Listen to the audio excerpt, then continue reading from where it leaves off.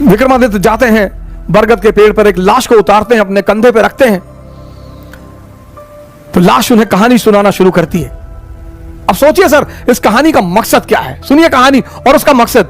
लाश उन्हें कहानी सुनाना शुरू करती है कि एक आचार्य थे, उनकी बड़ी खूबसूरत सी बेटी थी। आचार्य के 3 शिष्य थे और तीनों उस लड़की को बहुत प्यार करते थे और तीनों बड़े योग्य थे। आचार्य जी को भी लगता था कि यार योग्य तो तीनों हैं, लड़की को भी लगता था कि योग्य तो तीनों हैं, तो शादी किससे करूं? बाप और बेटी दोनों बड़े कंफ्यूज थे कि विवाह किससे किया जाए।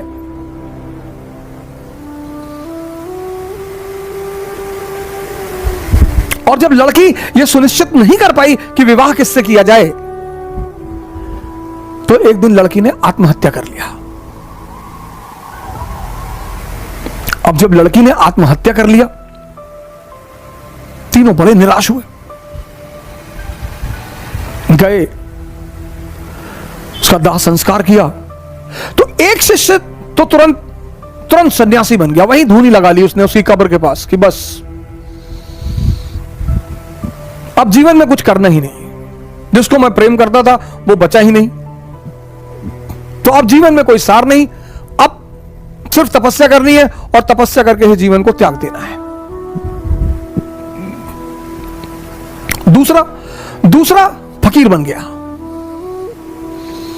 घूमने लगा देश विदेश में। उसे पता था कि हिंदुस्तान में कुछ संत हैं जो फिर से जीवित करने का मंत्र जानते हैं। लगा वो उन संतों को खोजने जो फिर से जीवित करने का मंत्र जानते थे। तीसरा जो उसमें था, वो डेली जाता था, उस मृत शरीर पे मसाला लेप लगाता था, साफ करता था, फिर उसे वहीं रख देता था। अब ये सिलसिला कुछ वर्षों तक चला, 2-4 वर्षों तक चला। तो जो घूम रहा था चारों तरफ, फकीर बन गया था, मंत्र की तलाश कर रहा था, पुनर्जीवन देने के मंत्र का जो तलाश कर रहा था, उसे एक दिन कुछ महात्मा लोग मिल गए, वो उस मंत्र को जानते थे। उसने उनकी सेवा की, उन्होंने उसे वो मंत्र सिखा दिया। जैसे ही उसने मंत्र सीखा, वो भगा वापस गांव की तरफ और वापस आकर उसने उस युवती को फिर से जिंदा कर दिया।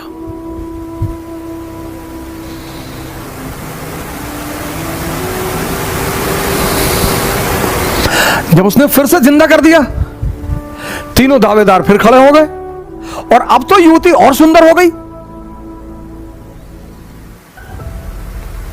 तब उस वेताल ने विक्रम से पूछा कि विक्रम बता कि अब लड़की को किससे विवाह करना चाहिए? अगर तेरे मन में उत्तर आ रहा है और तू जवाब नहीं देगा तो तेरे सर के टुकड़े टुकड़े हो जाएंगे, और अगर तूने जवाब दिया तो मैं तुझे छोड़कर चला जाऊंगा।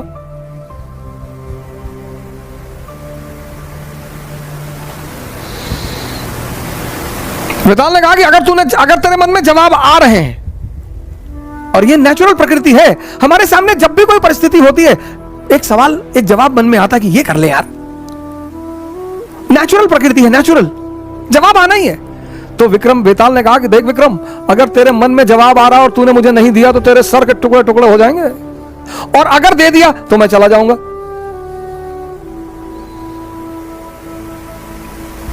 योग्य आदमी भाई, योग्य हो अयोग्य हो, मन में अगर परिस्थिति बन रही है तो जवाब आएगा।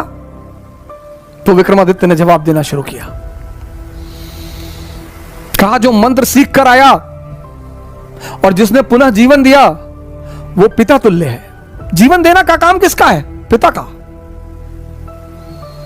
क्या दर्शन है सर, जीवन देने का काम किसका है? पिता का। तो जिसने मंत्र सीख कर जीवन दिया वो पिता तुल्य है, उससे विवाह नहीं होगा। जिसने उस शरीर की सेवा की 4 साल तक, वो पुत्र का धर्म है। सेवा करना पुत्र का धर्म है, वही बार हो गया। जिसने अपनी ही जिंदगी दांव पे लगा दी, यही प्रेम की कसौटी है, विवाह उससे होना चाहिए।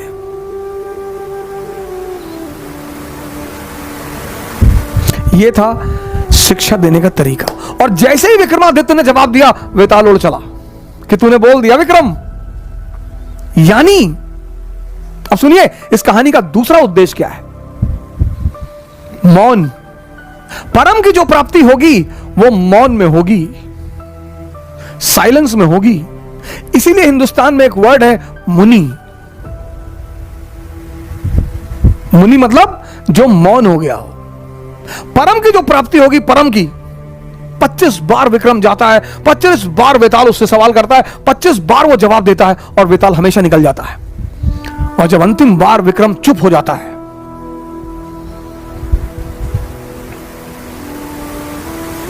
यह थी भारत की शिक्षा पद्धति।